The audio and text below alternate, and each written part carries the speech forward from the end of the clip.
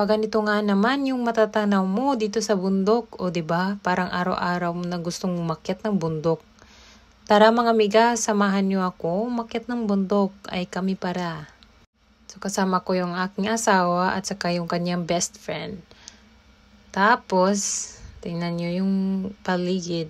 Galing pala kami doon. Doon na kami nang galing, o 'di ba? Tapos sa unahan pa.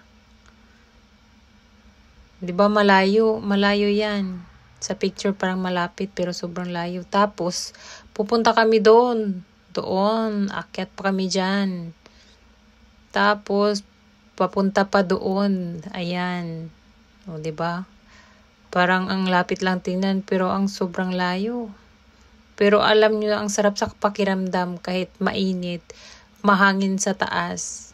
Taka hindi nakakapagod kasi nakikita mo yung mga bulaklak sa gilid ng daanan. Ang ganda niya, grabe sa personal. Tapos tingnan niyo naman yung view. Tingnan niyo naman how great is our God sa mga kanyang creation, o 'di ba mga amiga? Ang sarap sa pakiramdam. Tapos ayan, sinusulong talaga namin 'yan para lang makakuha ng picture. Ang ganda lang tingnan. Tingnan niyo naman yung paligid. Nakaratang na kami sa kabilang bundok, tapos pupunta na pa naman kami doon. Ayan yung kalsada yan. May kalsada sa baba. Tapos ayan na nga. Ito na yung mga dinadaanan namin. Maganda dito sa Japan kasi inaayos nila yung mga yung parang mahirap akyatin sa bundok. Nilalagyan nila ng hagdan. Tapos, meron din silang mga lubid para safety yung pag-akyat nyo. Ganito dito sa Japan. Tingnan nyo naman. Sarap sa pakiramdam. Pag depressed ka, naku, ito yung magandang remedy para mawala yung mga depression mo o kaya stress. Tapos, pag uwi mo, madidepress ka na ulit. Diba? Mas maganda sa bundok lang ata tumira eh. Tingnan nyo naman. Ang sarap sa pakiramdam. Hindi ko naranasan kasing mag-akyat-akyat doon sa Pilipinas. Kasi 'di ba nakakatakot. Ang daming gumagapang. Dito naman, sa awa ng Diyos, wala naman akong nadatnan. Kasi 'di ba iba yung panahon sa atin saka panahon dito sa Japan. Mas maganda dito umakyat pag winter. Maganda pag winter kasi may snow.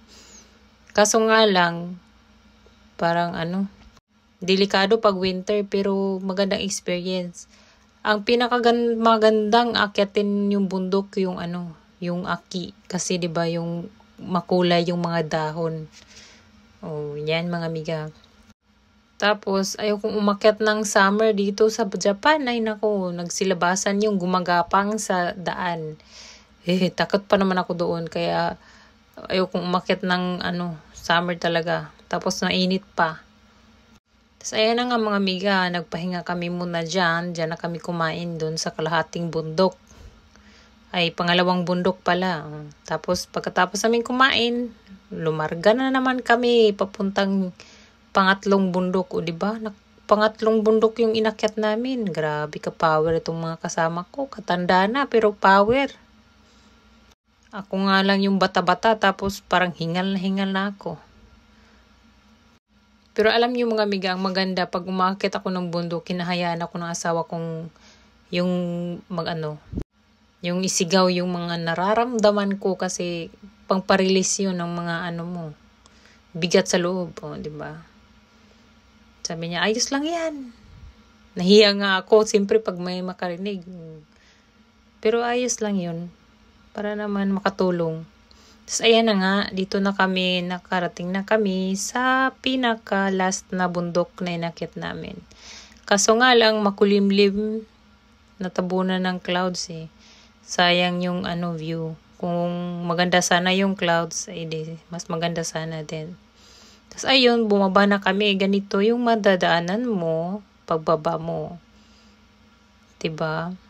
Ang nature, kaganda naman. Parang ang sarap maligo, pero sobrang lamig pa niyan mga amiga. Yan, starring yung aking asawa at sa kanyang best friend. O, di ba? Parang magkapatid na yan eh. Best friend yan, dalawa eh. High school pa yan, mag-best friend na yan sila. Hanggang tumanda.